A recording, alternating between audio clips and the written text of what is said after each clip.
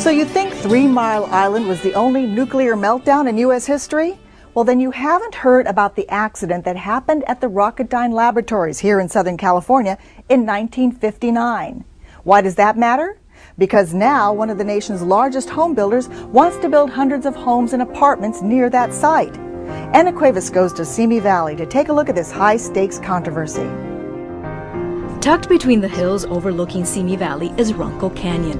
It's surrounded by more than 1,000 acres of something very valuable in Ventura County, undeveloped land. But a few months ago, a fence went up.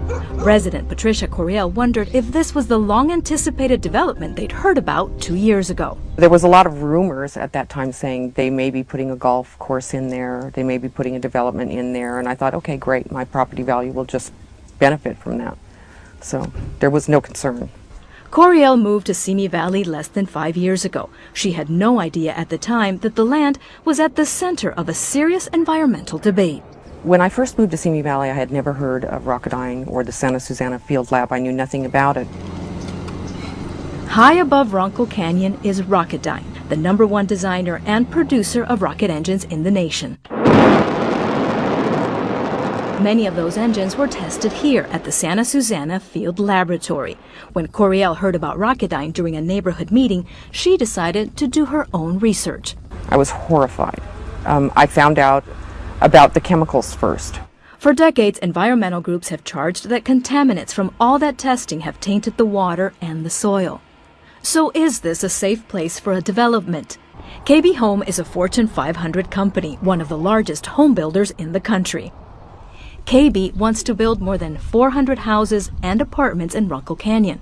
The question residents are asking is, what's going to happen when all that settled dirt is stirred up again? But concerns about construction go beyond just wondering what may have seeped into the soil and into the water. The site is actually the location of one of the worst nuclear disasters in U.S. history. In 1959, there was a partial meltdown of one of the reactors, and 40 years later, the lab is still in the process of an extensive cleanup that's costing billions of dollars.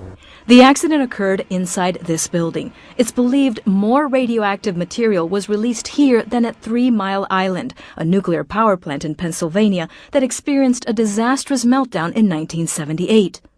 So why did the city of Simi Valley agree to the construction? According to Councilwoman Barbara Williamson, when KB Home presented the project, it included a report which stated the land was safe. 99% of the time, I would think that when you're a developer and you're going to buy a piece of property, you do your due diligence before you buy it. Williamson wonders if residents are really concerned about the contamination or if it's just a case of NIMBYism, not in my backyard. People, you know, they live up in that area. It's open field, it's open space, and the last thing they want to see is houses built on it. And I can't blame them. I guess I would be the same way. But, you know, it's our job to make sure that we have housing for everybody, not just the elite few, and forget about it. There's a lot of land in Simi Valley that can be developed that would not even be a question as to whether or not it was safe to develop. The risk here is all that there are chemicals, that there is radiation. So why develop this land? To get the word out, Coriel has set up a website, StopRunkledyne.com, a combination of Runkle and Rocketdyne. I am not an Aaron Brockovich wannabe, a tree hugger, or an environmental activist. I've never been involved in anything like this before. When I found out actually about all of the information that I've ultimately discovered, I really couldn't understand why Simi Valley was not up in arms. So she decided to distribute flyers inviting all of the neighbors to the next city council meeting with KB Home. Councilwoman Williamson says she was surprised to see so many people show up, especially since the issue had been discussed before. I was probably one of the most upset council persons, only because the residents were there kicking and screaming, saying there's a problem here. And my only problem was, where were you 3 and 4 years ago when we were doing the environmental document?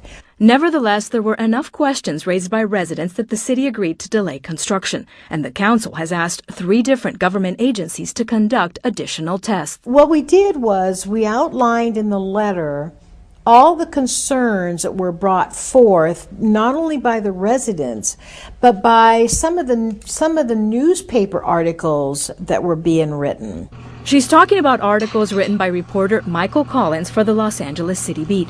For the past 8 years, he's covered Rocketdyne and Runkle Canyon. Folks will say that somebody like me who reports on stuff like this has an agenda. I don't have an agenda. If there's a public health threat looming in Southern California, where I'm generally reporting right now, I want to get the word out as a newsman, not an activist. He's posted his articles as well as additional information on his website, enviroreporter.com. So is the land a safe place to build hundreds of homes and apartments? That's the million-dollar question. Last October, a report was released by the Santa Susana Field Laboratory Advisory Panel.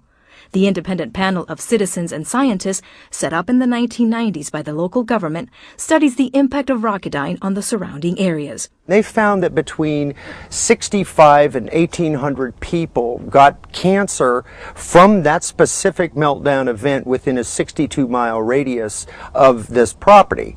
So I think it would behoove the state to do a much more in-depth epidemiological survey of this area. What we would like is to have a full characterization done on Runkle Canyon of both the radioactive and the chemical profile done on it, so we can see what we're dealing with there, because the fact of the matter is, at this point, we do not know. What if something comes back in that report that shows that it's not safe to build on that particular site?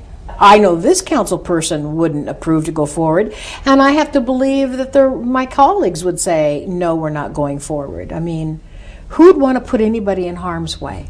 KB Home turned down our request for an on-camera interview, but a parked bulldozer sits on the site waiting for the green light. And it's important to note that Rocketdyne continues to function, but it no longer conducts nuclear experiments. Is there anything in the agreement that allows the city council to pull back out? Oh, sure.